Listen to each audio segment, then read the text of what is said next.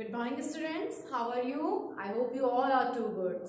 सो आज हम जो चैप्टर पढ़ने वाले हैं वो आपके पार्ट बी जो बुक इंग्लिश की जो सेकंड बुक है एन एलियन हैंड, जिसे सप्लीमेंट्री बुक के नाम से जाना जाता है. तो आपकी जो सेकंड इंग्लिश की बुक है ना, N alien hand supplementary book, उस बुक के हम फर्स्ट चैप्टर को आज पढ़ेंगे. ओके, सो आपके first chapter N alien hand में फर्स्ट चैप्टर क्या दिया हुआ है? The tiny teacher.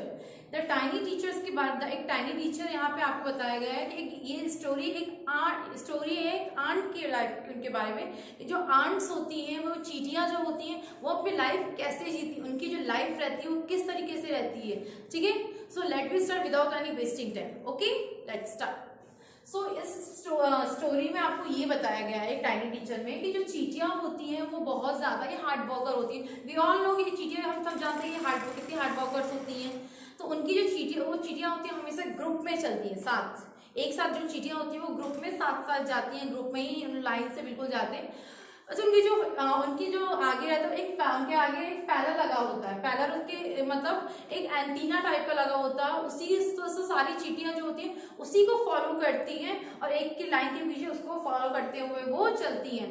पैलर से वो क्या करती है, एक दूसरे को कोई इन्फॉर्मेशन यदि उन्हें देनी है, कोई बात बतानी है, कोई भी उन्हें कुछ भी बताना है, तो अपने पैलर के थ्रू एक दूसरे पैलर को टच करके, दूसरे आंट के पैलर को टच करके. अच्छा, अपन देखते हैं ना ऐसे, ये जो जैसे मान लीजिए कोई चींटी है, ये चींटी है और उसके आगे ये ऐसे निकला हुआ है, तो ये क्या है? पैलर है उसका. ये तो ये क्या करती है, दूसरी कोई चींटी यदि होती है उसके पैलर को टच कर एक दूसरे को इन्फॉर्मेशन दे देती है. ओके, और इनको क्या करते हैं लोग, एक तरीके से इसको फॉलो करते जाते हैं. सब चीजें एक के पीछे एक जाती हैं, लगती है. ओके, सो नेक्स्ट है इसकी जो इनका जो ग्रुप होता है, इनका जो घर होता है आंट हिल. जैसे कि आंट हिल जैसे कोई पहाड़, जैसे आपने देखा वो चींटियों का घर आपने देखा होगा, वो बिल्कुल आंट हिल एक पहाड़ों की तरह बनाकर रहते हैं. उसके अंदर वो कई सारे कमरे होते हैं, बहुत सारे कमरे होते हैं, जिसमें एक क्वीन, आंट क्वीन रहती है. उनकी चींटियों की एक रानी होती है जो कि कभी भी वो बाहर नहीं आती हैं, वो अंदर ही एक कमरे में रहती है. और उनके जो सोल्जर्स होते हैं, आंट सोल्जर्स, कुछ जो सैनिक होते हैं आंट के, वो उनकी देखभाल करते हैं. सिर्फ जो क्वीन है, जो आंट क्वीन है, जो चींटियों की रानी है, उनका काम सिर्फ होता है कि अंडे देना. उनका जो काम होता है बस एग देना काम होता है. और वो और जितनी चींटियां होती है, कोई भोजन फ्रूट्स लाने का काम करती हैं, कोई देखभाल करती हैं, कोई मेहनती काम करते हैं, कोई सोल्जर्स होता है, कोई किसी का काम फूड लाने का होता है, सबके लिए फूड लेकर आते हैं. और जब वो कुछ फूड, उन लोग पूरा फूड एक बार में खाते नहीं, जैसे फूड सबके लिए लेकर आते हैं, सब ताकि सब खाएं. उसके बाद कुछ फूड उन लोग अपने सेविंग के लिए बचा कर रख लेते हैं, अपने गोडाउन में एक तरीका का बनाकर रखते हैं, उसके अंदर उसे सेव करके रख देते हैं. ठीक है, ताकि जब अनाज उन्हें ना मिले, जब उस टाइम पे वो क्या करेंगे, तब उस फूड को वो यूटिलाइज कर पाए. देन उसके बाद जो क्वीन आंट है वो क्वीन वेडिंग फ्लाइट लेती है. वेडिंग फ्लाइट मतलब वो पूरे साल भर में सिर्फ एक बार निकलती है. और ऊपर उसकी जो वेडिंग फ्लाइट इसलिए होता है क्योंकि जो क्वीन आंट होती है उसके पंख लगे हुए होते हैं. तो एक वेडिंग फ्लाइट मतलब आसमान में बहुत ऊपर तक उड़ती है और वहां जाकर अपने पंख निकालकर छोड़ देती है, पंख निकाल देती है. और फिर उसके बाद एक मेल आंट को ढूंढती है एंड देन उसके बाद वो एग देना चालू कर देती है. देन उसके बाद हमने बात किया जो उनके जो कमरे होते हैं बहुत सारे, उसमें किसी में कोई सोल्जर्स होते हैं, कहीं आंट क्वीन रहती है जो एग देती है, और कुछ जो एक्स्ट्रा और जो दूसरे आंट्स रहते हैं वो क्या करते हैं, वो जाके फूड लाने का काम करते हैं.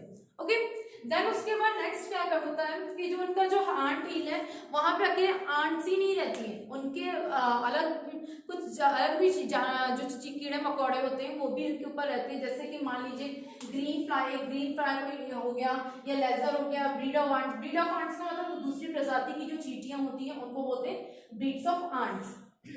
देन तो उस तरीके वो जो चींटियां उनके जो हील है उसके जो घर है उसके ऊपर बैठे रहते हैं, वो भी रहते हैं उनके साथ. क्यों?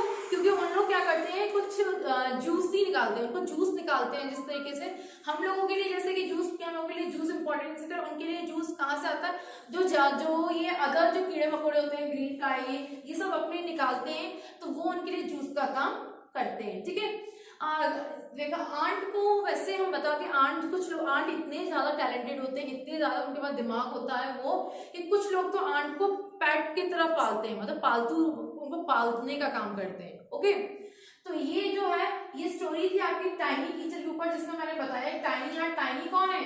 आंट है. यहाँ पे आंट पा रहे हैं, टाइनी कर रहे हैं, छोटे छोटे, टाइनी मतलब छोटा छोटा, ये चीटियां होती हैं। और ये वो टीचर का काम, टीचर क्या शिक्षा देती है, हमें सबक देती है, वो हमें सिखाती है कि आंट्स जब इतने छोटे छोटे होकर इतना कुछ कर सकते, इतने हार्डवर्क कर सकते हैं, तो फिर हम ह्यूमन बींग्स क्यों नहीं कर सकते। हम ह्यूमन बींग के पास तो सब कुछ है, हम ह्यूमन बींग चाहें तो कुछ भी कर सकते हैं। जो इंसान ये होप, ये उन लोगों के लिए मैसेज है जो उन्हें लगता है बच्चों को कि हम कुछ पढ़ नहीं सकते, हम उनके बराबर कर नहीं सकते, ऐसा कुछ नहीं होता है। आंट्स को भी देखो, आंट्स भी क्या करती हैं, एक बार दीवार पे चढ़ती हैं, फिर गिर जाती हैं, दोबारा चढ़ने की कोशिश करती हैं, फिर गिरती हैं, लेकिन वो तब तक चढ़ती हैं जब तक उस पर वो चढ़ के अपने मंजिल को पा ना ले।